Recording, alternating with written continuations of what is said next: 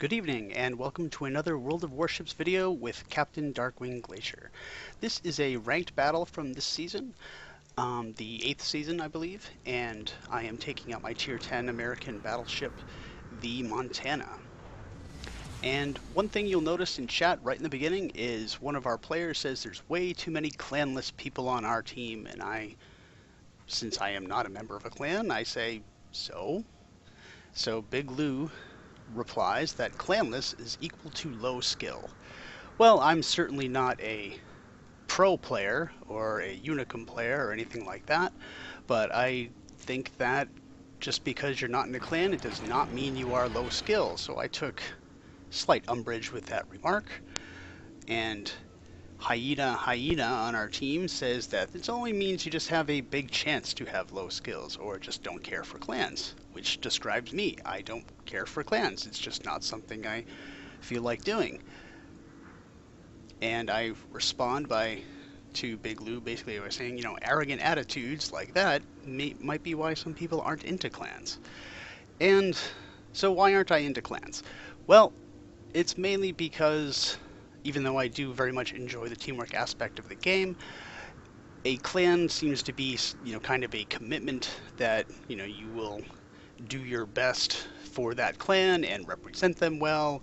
And I've just always been a little bit leery of that because there's maybe some people on those clans that I wouldn't get along with. So rather than, get into arguments with them or anything like that, maybe I'll just let them live and let live, and I don't want to have to deal with any BS or anything that could go on in particular teams.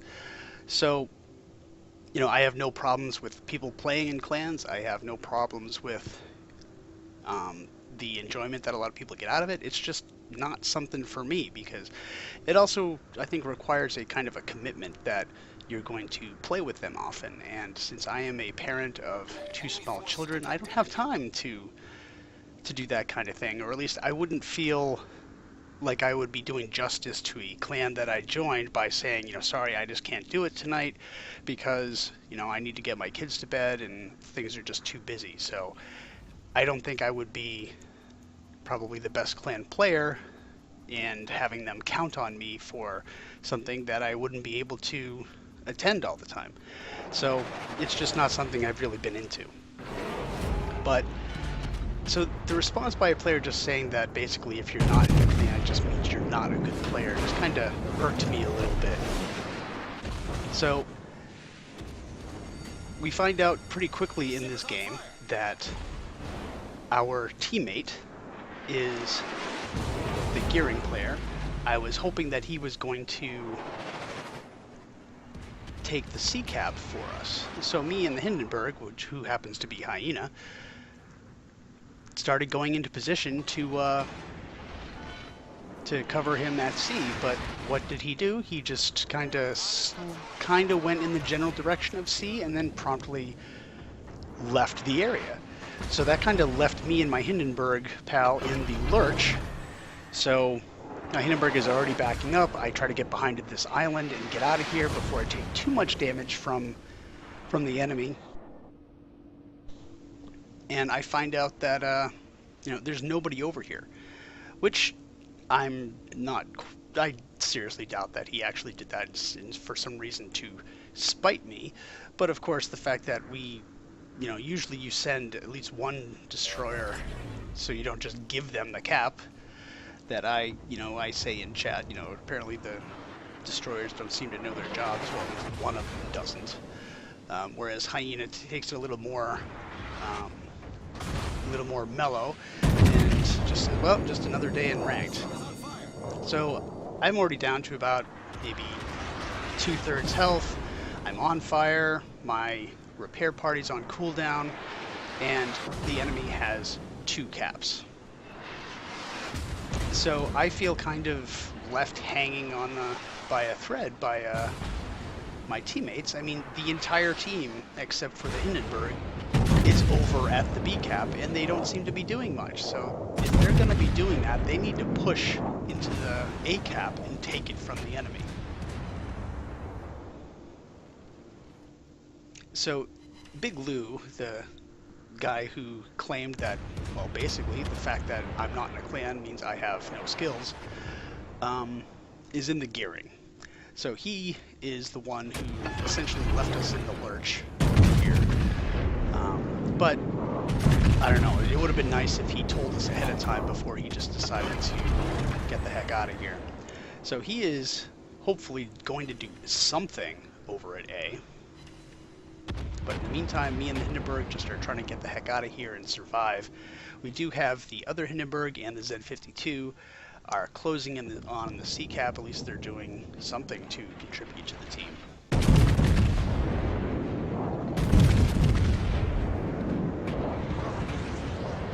So here comes some torpedoes from the enemy destroyers, and it's just going to force both me and the Hindenburg to get further and further away.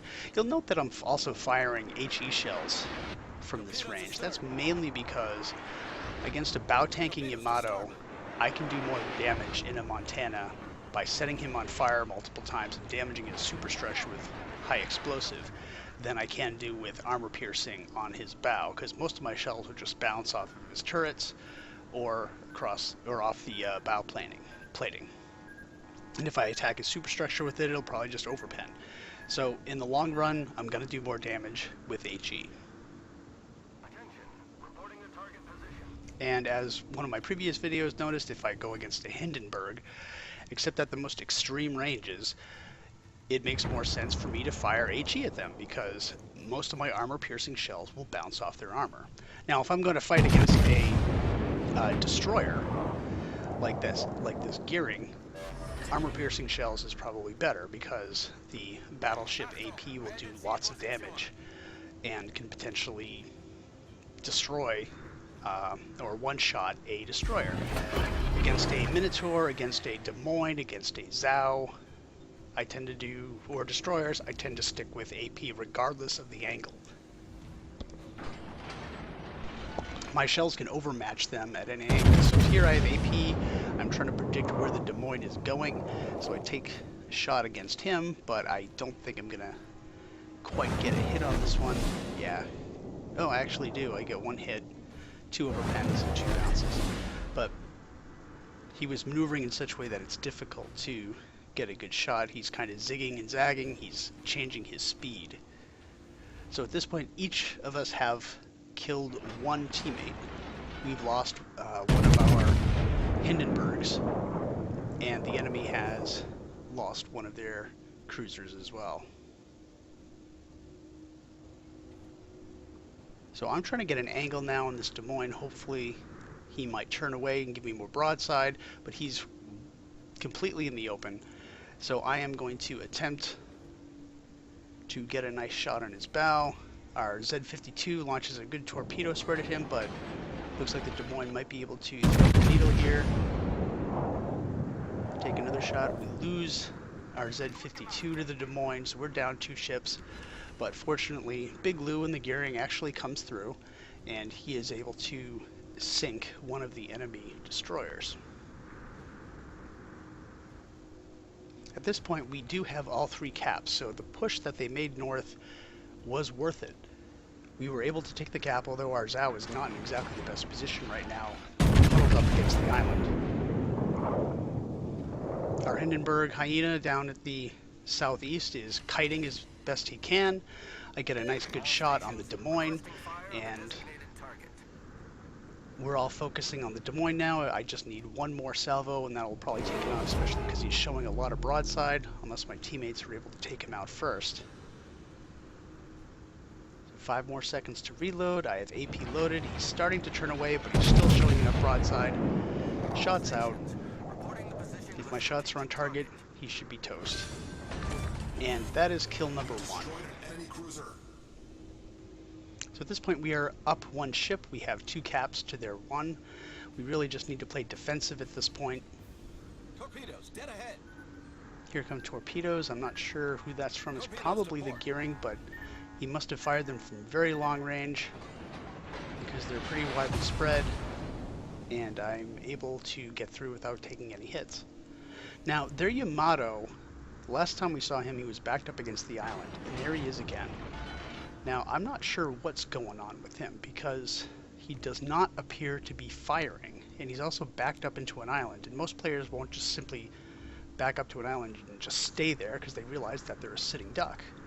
Now, it's kind of hard to tell what he's doing. He might still be attempting to back up because the smoke on his stack is just kind of going vertically. So I set a fire on him, and I'm waiting for the return fire. I'm trying to angle a little bit so I can avoid the return fire, but he's not doing anything. So I'm wondering if this player disconnected or left the game early. It's probably more likely disconnected. But he's apparently in full reverse, still up against that island. So I fire another set of HE rounds, even though the angle is probably marginal, where I could have used AP, but in the end, my final salvo takes him out, and I get kill number 2. So 3 enemy ships remaining. We lose our Zhao, and the enemy is attempting to take back the A-cap. I try to get a shot off on this gearing, but he gets behind the island at the last second. He fired some torpedoes this way, but I'm going fast enough, fortunately, that they're not going to be a factor. And there are 2 Hindenburgs left. Now, Hindenburgs tend to be my nemesis because, for whatever reason, I just can't seem to do damage with them. Damage against them with AP shells, so I stick with my HE, which a lot of people have criticized me for, but Montana has a pretty good fire chance. It's over 25%, and I can still do lots of damage to ships that have superstructures and so on. So people who just blindly stick with armor-piercing shells on Montanas, I think, are missing lots of opportunities. So fortunately, Big Lou in the gearing takes out the enemy gearing, so he gets his second kill. And we're standing a good chance of winning this battle now because we are now taking the C-cap, and they only hold A at this point. This Hindenburg is still burning. I take some last-second shots, but it looks like he's going to burn out anyway, and I get kill number 3. So now it's just the one Hindenburg left, and he is in the OPG clan, which is a well-known and well-respected clan.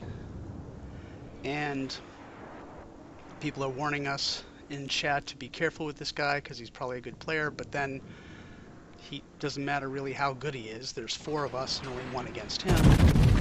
And at this point, I've gotten 3 kills already, so I say in chat, I'm sorry that, I'm not a very good player.